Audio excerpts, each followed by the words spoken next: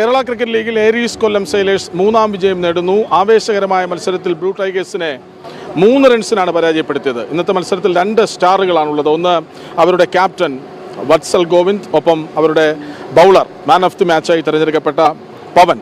ആദ്യം വത്സലിലേക്ക് പോകുന്നു. Vatsal, how was the match? Excellent match. The man you're seeing here with me, he's the superstar.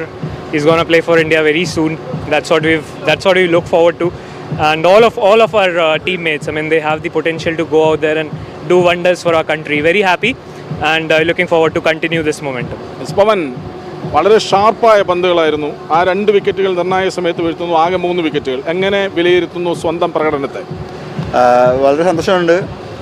ഞാൻ ഒരുപാട് ആഗ്രഹിച്ചതാണിത്, ഒരു man of the match ആവണമെന്നുള്ളത്. എന്നെ ആദ്യത്തെ കുറച്ച് മാച്ചസ് എനിക്ക് ചെയ്യാൻ പറ്റിയില്ലായിരുന്നു. പക്ഷെ എന്നെ ബാക്ക് ചെയ്ത എൻ്റെ ക്യാപ്റ്റനും ടീം മാനേജ്മെൻറ്റ് എല്ലാവരും വളരെ താങ്ക്ഫുള്ളാണ് ഞാൻ. കാരണം ഇങ്ങനൊരു ചാൻസ് കിട്ടിയാൽ അതും അതിൻ്റെ ഇന്നത്തെ ഒരു പ്ലാൻ പറഞ്ഞതും അത് എക്സിക്യൂട്ട് ചെയ്യാൻ പറ്റി എനിക്ക്. I am very grateful for that. വളരെ സന്തോഷമുണ്ട്. എങ്ങനെയാണ് കൊല്ലം team പവനെ പിന്തുണയ്ക്കുന്നത്?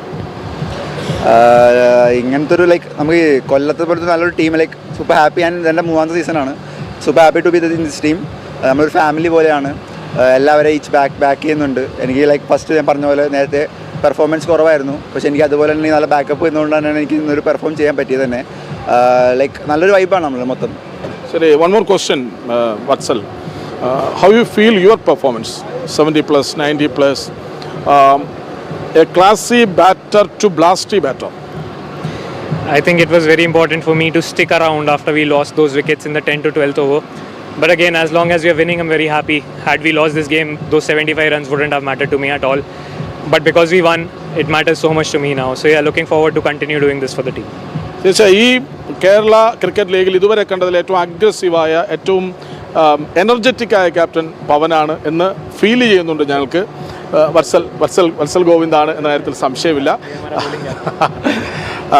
Cameraman Aneesh കാട്ടാക്കടയ്ക്കൊപ്പം VS Krishnaraj, ജനം.